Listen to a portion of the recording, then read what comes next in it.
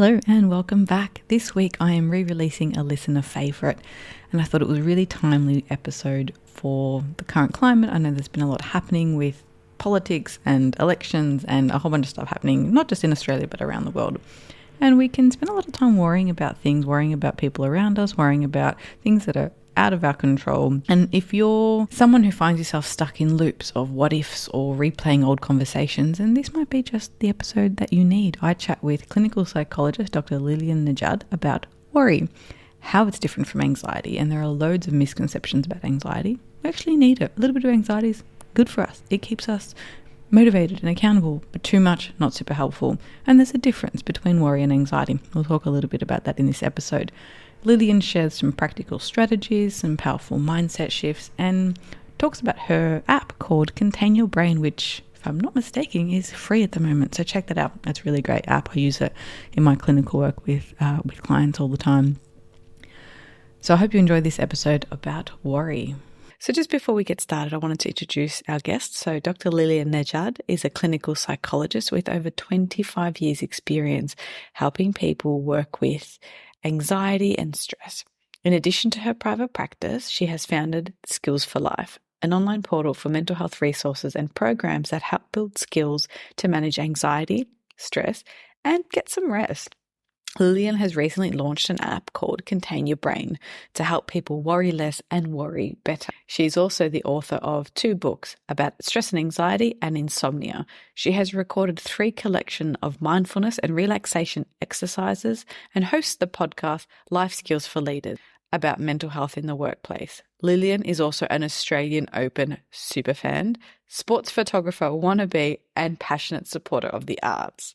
Here's my chat about worry with Lillian. Hello and welcome to This Complex Life. Today I have Dr. Lillian Nejad with me, a return guest of the podcast. Welcome. Thank you, Marie. It's great to be here. And today we're talking about worry. It's a term that I hear used a lot. It's sort of used interchangeably with anxiety. But what are some of the common maybe how do we define worry? And then what are some of the kind of misconceptions that people have about it?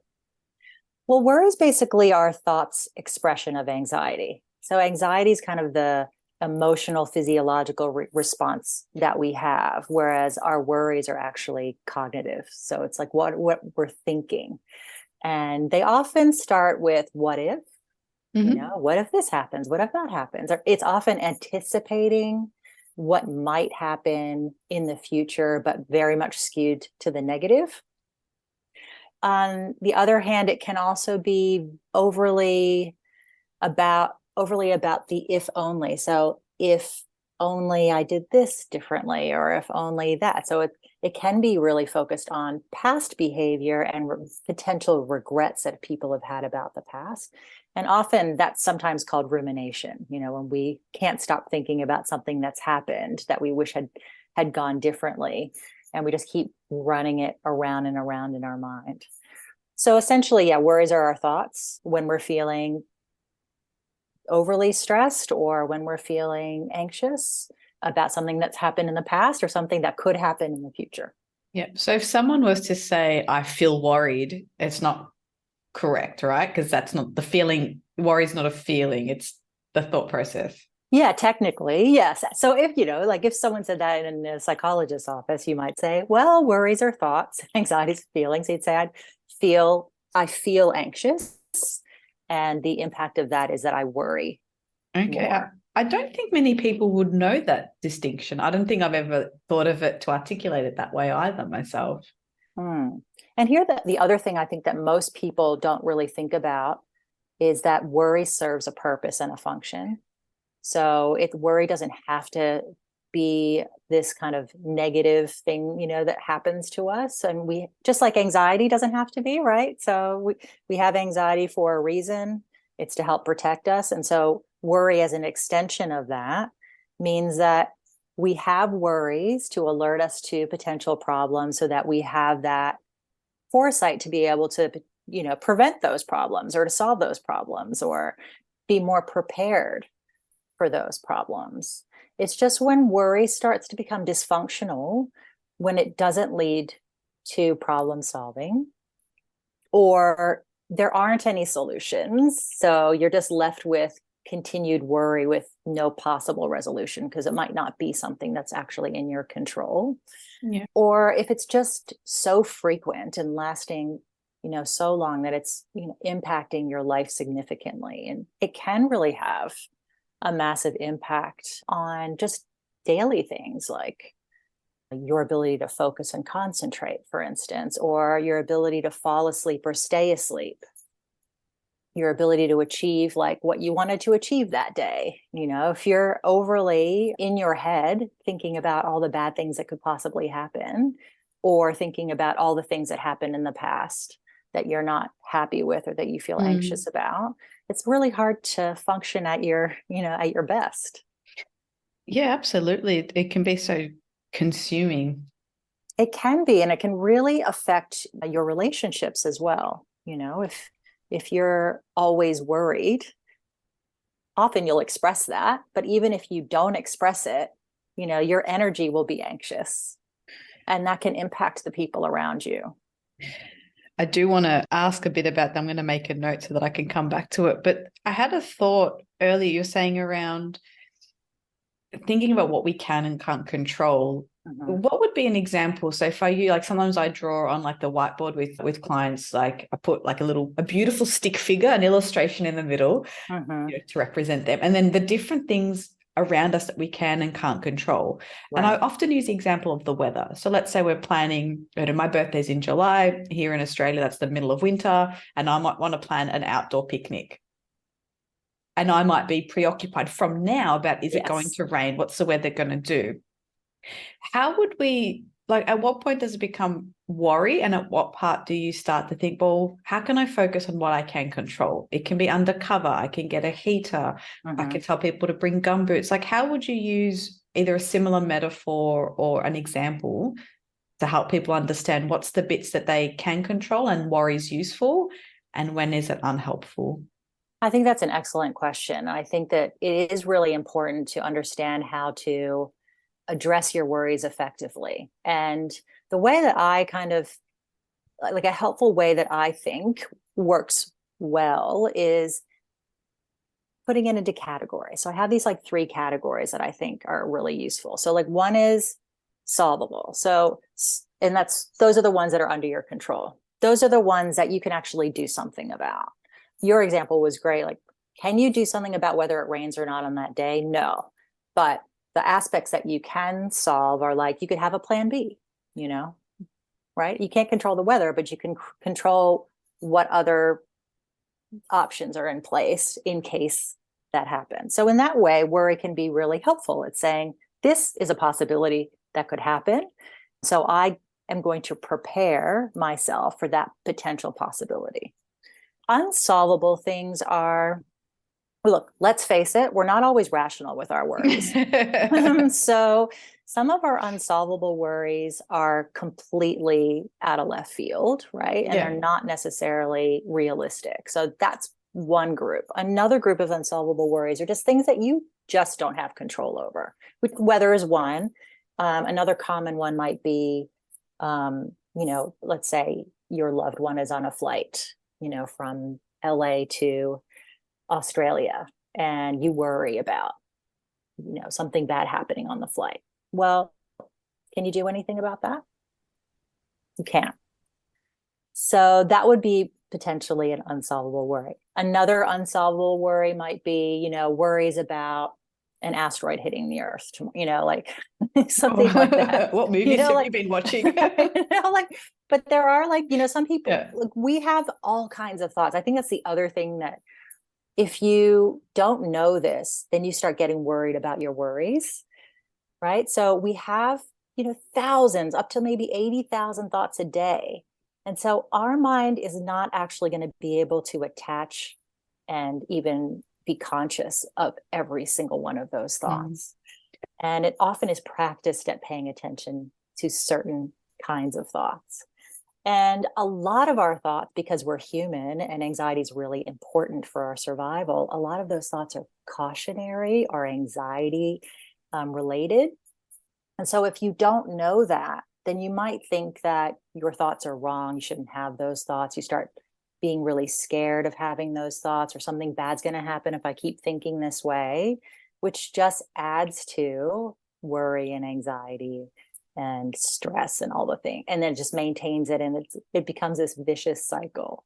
So I think part of it is really understanding your thoughts are thoughts, and they don't have special powers that will cause external events to occur. And if you can recognize which of your worries are helpful and that you can do something about, which of your worries are potentially unhelpful because you can't really do anything about them, and which ones are the ones that are kind of nagging worries that you have all the time, but they end up solving themselves in the end anyway without you actually having to do anything. So which ones are those that you probably can let go because they solve themselves, or if they actually do happen, you've actually coped with it better than what you imagined you would.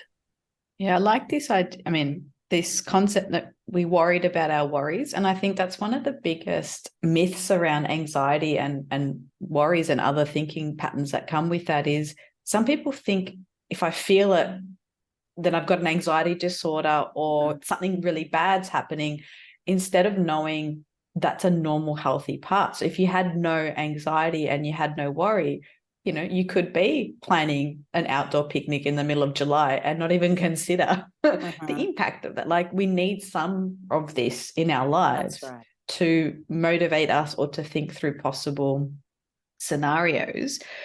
I totally agree. And I think sometimes people are sold this promise that they can have a stress-free life, or they can get rid of all their anxiety. And you're just setting them up to feel like they're not, working hard enough, or not thinking, as effectively as they should be. If, we're meant to be anxious sometimes, just like you said, we're meant to have a certain level of stress and anxiety in our lives. And part of being human is, experiencing the full breadth of emotions. There's a great animated movie about that called Inside Out. Have you seen that? Yes, I actually said it recently for somebody as homework. I'm like, so between now and the next session, you need to watch this, because what I'm telling you is not making sense.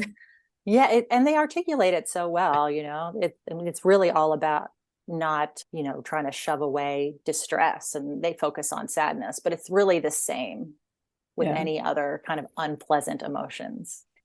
Do people ever feel like, so you were saying about accepting it and knowing it's there, and if we think of it, one of the modalities I like to work with is through acceptance and commitment therapy. So if we think of, sometimes our worries might be signposting what's important. So that example you use of the flight from LA to Australia, we can't control that, but how would we use that from that sort of that framework of thinking, this is telling me, what's it telling me? That person's important, that I love them, that maybe I'm, like, how could we use that as information rather than just focusing on the worry? Because we can't control the outcome, but there are things that we can do.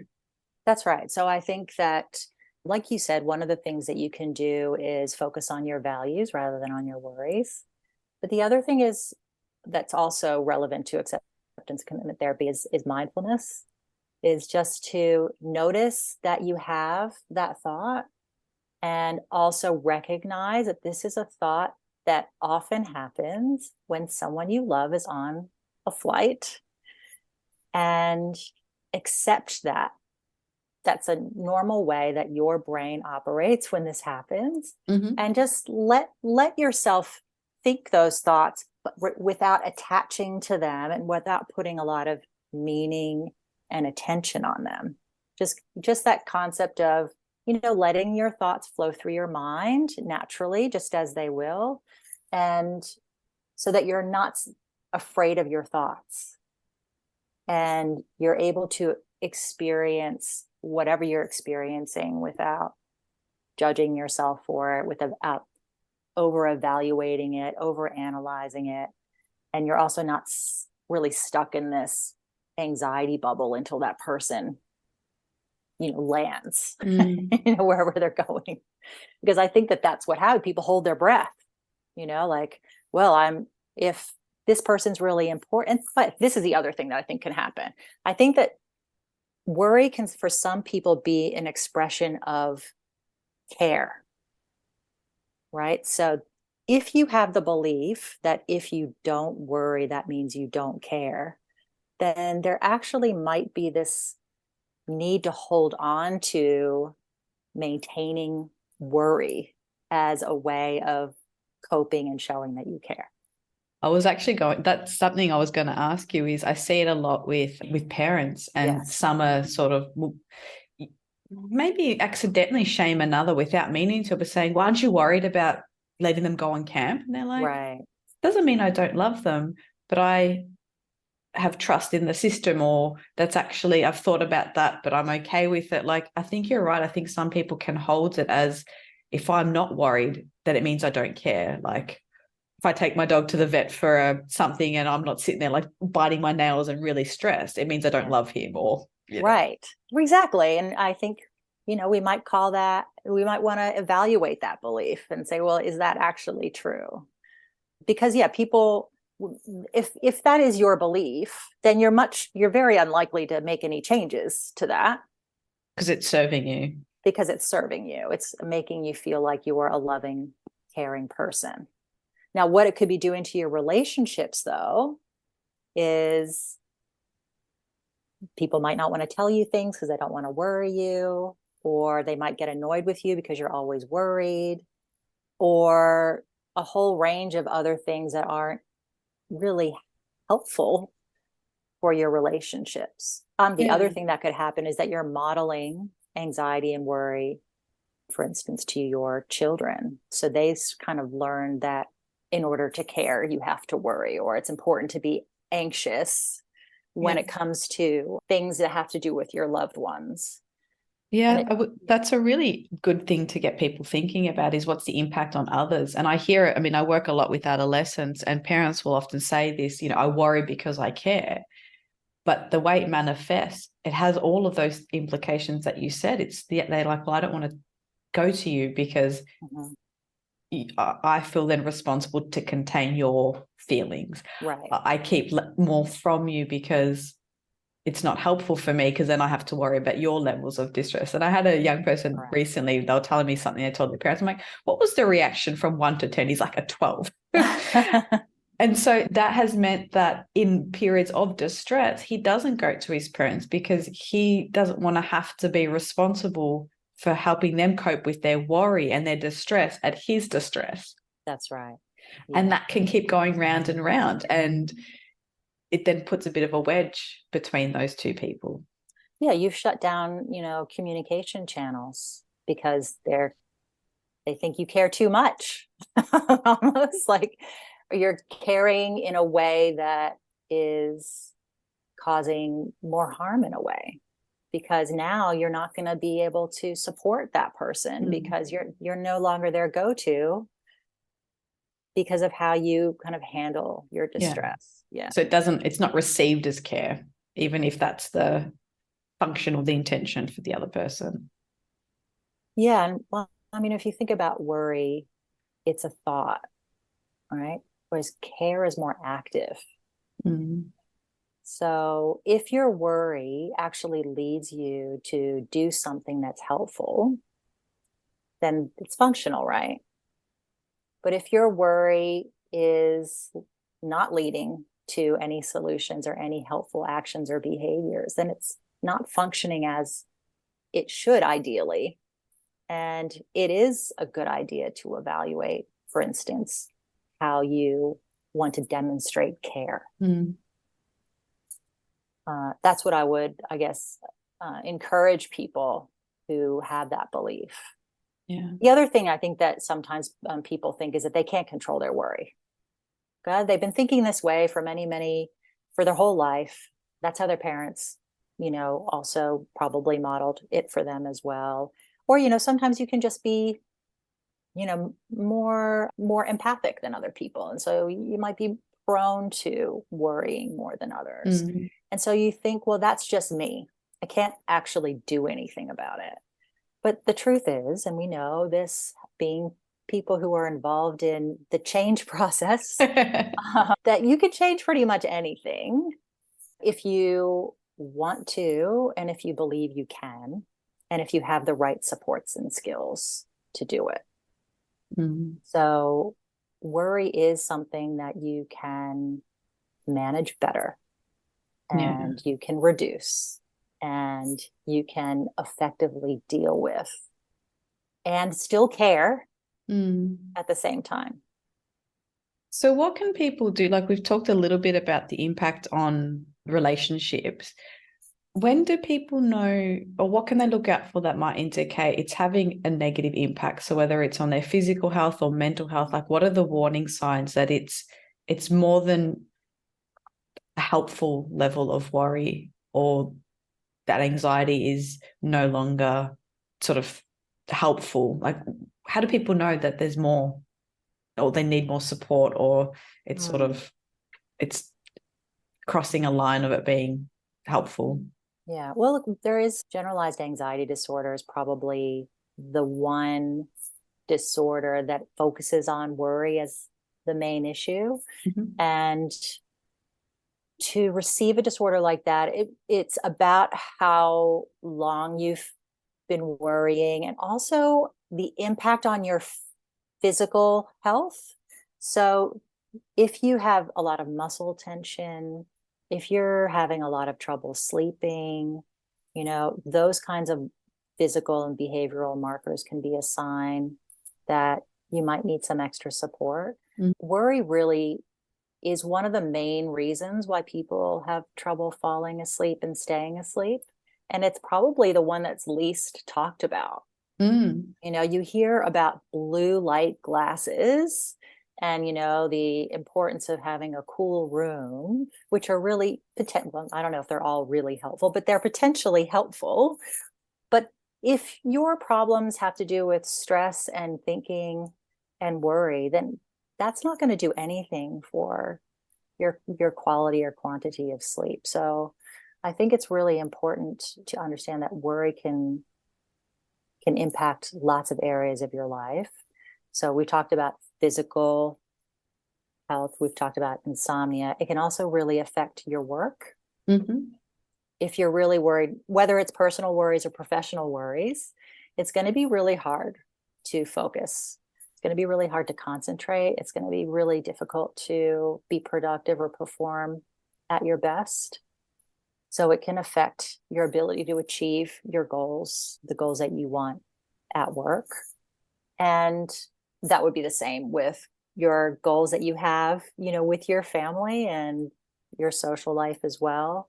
And I think ultimately, the main thing that it affects is just your own peace of mind. The family one is something I'd be keen to unpack a bit more, because I think we do see the impact in tangible, like productivity, or, proofreading something, or not handing an assignment in because you're worried it's going to get wrong. And then that overlaps a bit with perfectionism. But often when I see really anxious people and lots of worries, they're really empathic, highly attuned, really care. Like you said, it's caring. And they really struggle to maybe even articulate the impact that has on relationships. So they might feel isolated, or feel like they're always getting in arguments with their partner or their teen. And they're really kind of confused by it, because in their mind, they're genuinely doing all of this because they care. And other people in their lives are finding it irritating, frustrating, withdrawing, maybe getting combative. What do you notice? Like, how do you help people spot that maybe that's actually happening? Some people don't know that pattern's happening. Yeah, I think that one of our kind of main roles when we're guiding people through this process is to help them understand the patterns and make things that seem unpredictable predictable.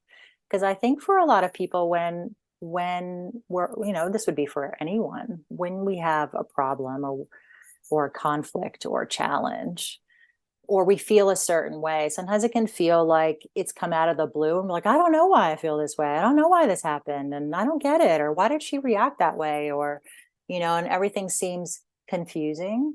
So I think one of the best things we can do as therapists is to make that whole process less confusing. And that does involve some work on the part of, our clients, and they often have to monitor their behavior. Like what's, if we're focused on one behavior or one particular pattern that's occurring that they don't think is particularly healthy or effective with their child or their partner, then it's like, well, how, if you were able to record, for instance, a situation where that occurred and what you were feeling and what you were thinking and what you did and what the response was, and you're able to do that for, a couple of weeks, what you'll find is a predictable pattern often emerges. You know, and the predictability might be in the types of situations that it happens in. It might be in the way that you're feeling that day. It might be, the vulnerabilities, like you didn't have a good night's sleep, or you were really hungry, or you had a bad day at work, or it could be the behavior that you've chosen to display, what did, for instance, if you felt anxious and worried, what response does that usually lead to? And once you kind of know what those patterns are, then you know where you can intervene and make some changes and adjustments so that you can potentially change the way you feel, or change the way you think, or change the way you behave and respond, so that the outcome will be different. Mm. And then, you experiment with that. Yeah. You see what works and what doesn't work. But the point of it is that you don't want to keep doing the same thing over and over and expecting the outcome to be different, and taking some responsibility and accountability that it's part of that interaction is you. And that's the part that you can control. So that's the part to focus on. Yeah. Does it ever become like a self-fulfilling prophecy where, and I think of someone sort of saying, oh, I just asked my partner or my kid how their day was. I'm like, what did you say exactly? And they're like, how was your day? Did you sit with anybody for lunch? Did you get, and the questions, it's like Yes. this vomit of questions, because they care and they're worried. Yes. And they want a close relationship, but their behavior consistently over time has actually led to the opposite. Like, yes. How else can it actually get you further away from what you want? It's such a good point. I think it's not just about what you say, it's how you say it. In fact, that's the most important part. So yeah, I think it's important to really understand your social signaling and what the way you're delivering is, what the impact is. I see the same thing with things like reassurance seeking or people pleasing, those kinds of behaviors where you're always saying yes to everything and always doing stuff for people, or you're always worried about what other people think. So you're like, did I do that okay? Or you're preemptively apologizing all the time. It's and like, that drives other sorry, people just in nuts. case. Sorry, just and all of that is in service of caring, right? And keeping your relationships. But what it does is the opposite. It's like, well, people get sick of you apologizing all the time, or you feel resentful because you're saying you're doing all this stuff and you don't get anything in return. So all of those things that you think are serving a relationship are actually potentially causing rifts, and you're not necessarily aware of it until you start really looking at it objectively, and maybe from a little bit of distance, and say, well, this is what I'm doing and this is what ends up happening as a result. What part of this pattern can I actually shift so that I can make the outcomes better, not just for me, not just for the other person, but also for the relationship. So if folks listening are starting to maybe identify some of this in themselves or a loved one, what are the next steps? Like, I know in a previous interview we've talked about, people going, I think it was saying 15, or like the average age to get help for anxiety is like maybe 15 years. So people wait 15 years of experiencing it before they seek help. Mm-hmm. You could be having all these worries and not have generalized anxiety disorder. They're just their worries. But what can people do? What are some things they can do on their own? And at what point would you suggest that they reach out for other services? And we'll put any of these resources in the show notes as well. I think there's a number of things that people can do. I think one thing that that can be really helpful that maybe many people may know that's out there but aren't practicing it yet are just relaxation techniques like abdominal breathing or progressive muscle relaxation. Because if you do that consistently, what will happen is you'll lower your overall levels of stress and anxiety, which will make you less prone to having these kind of panicky worry periods.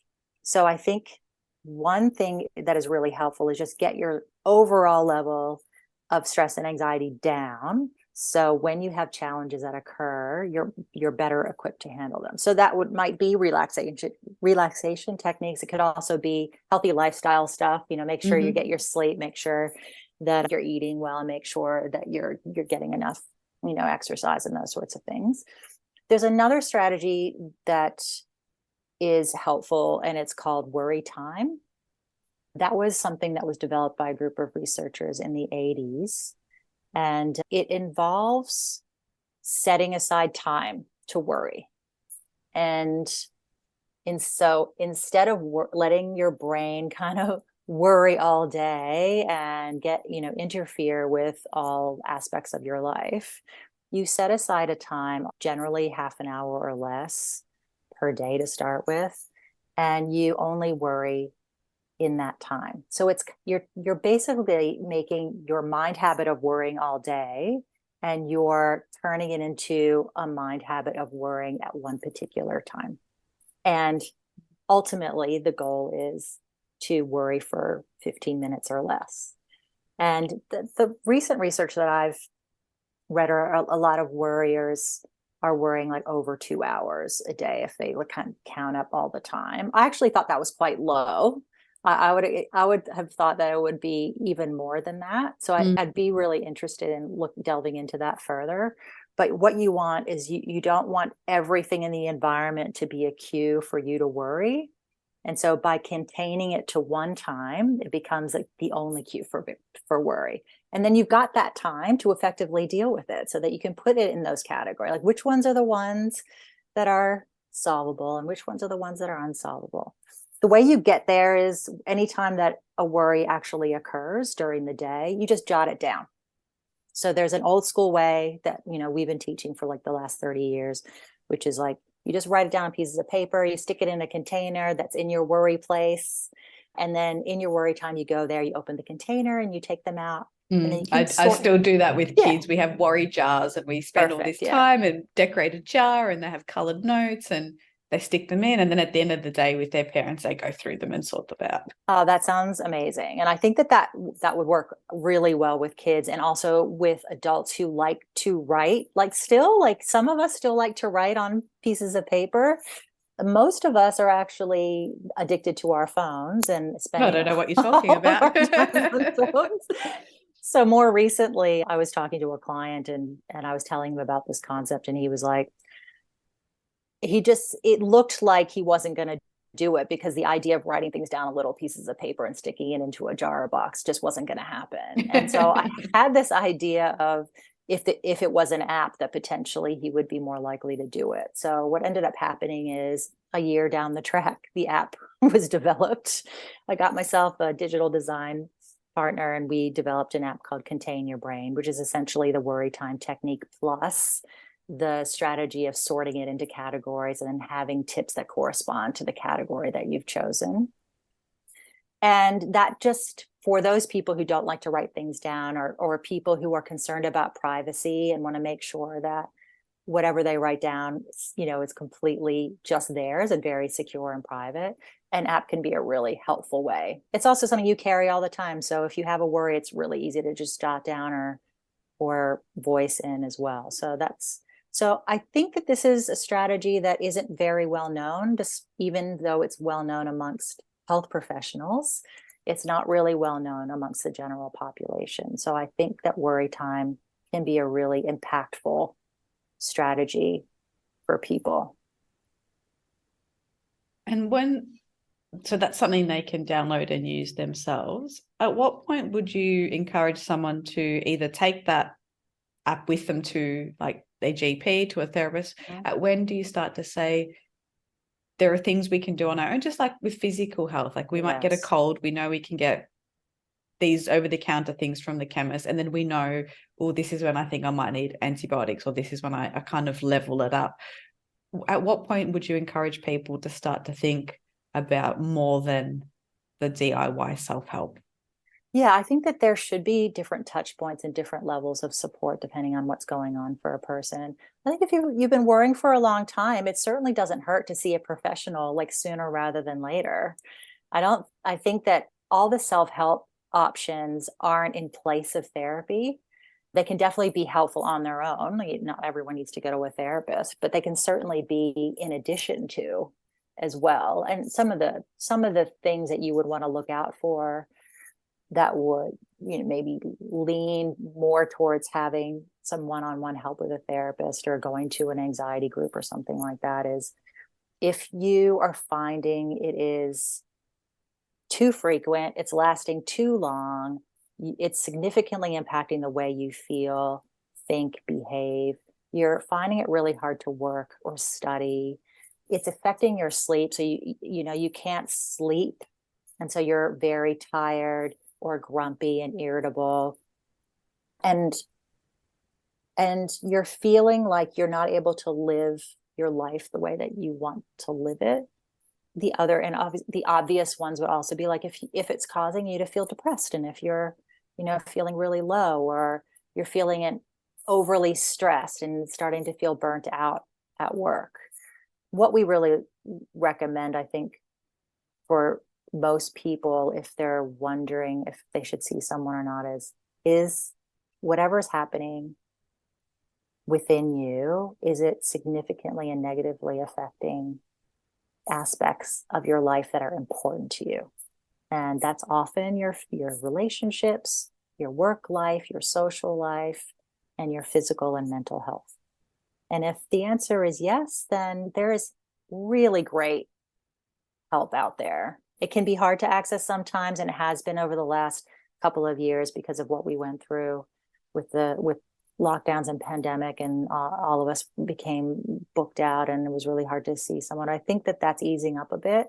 So if that's something that concerns you, that you're going to have to wait a long time, then I would say don't let that be an obstacle. Just call a few people, put yourself, find out what their waiting lists are, if they have waiting lists. Or often, like, if people call me and I don't have time, I'm always happy to find someone that does.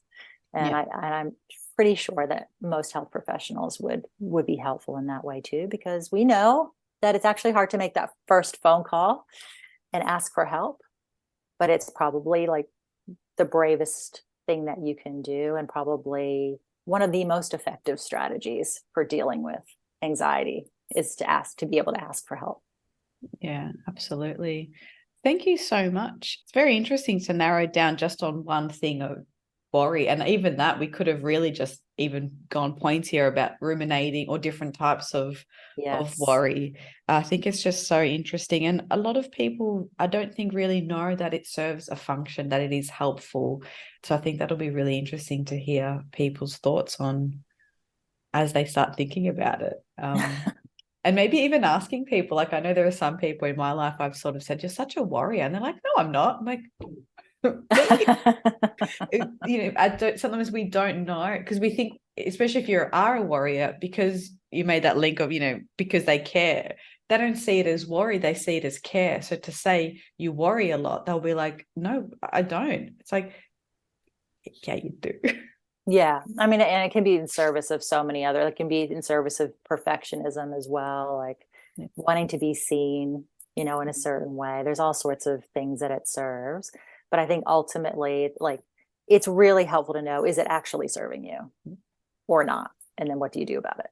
Yeah, absolutely. So if people want to learn a bit more, how can they get in touch? You mentioned the Contain Your Brain app. So that's is it both Android and iPhone? It is available, yeah, on both kinds of phones. And actually, our website, containyourbrain.com, has a lot more information about worry. Yep.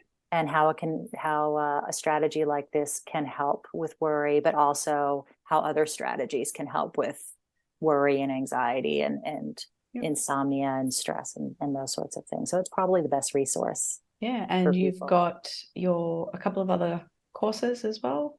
I do have courses that help people with anxiety and stress and insomnia, and they can find that on drlilliannejad.com. Great. Awesome. And I'll put links to all of those in the show notes. Thanks so much for this. This was really interesting. And I'm going to spend the rest of the day worrying about if I got the interview right. I'll be doing the same thing, Marie. And then we can write it down and worry about it later. Exactly. Perfect.